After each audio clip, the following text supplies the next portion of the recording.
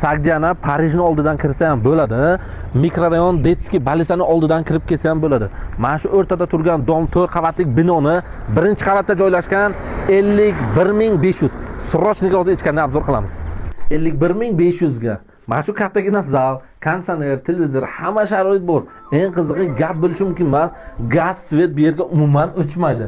Mana shu garderob shikof qilgan, kattalar uchun yotoqxona, operator, duxspani divan bor, ikki tarafga tumbuchkasi bor, garderob shikofi bor, trezasi bor. Hamma xonasiga ham trezasi bor. Ana endi kuxonnasi zo'r narsasini ko'rsataman sizlarga. Zo'r narsa. Mana bu narsa zo'r narsa.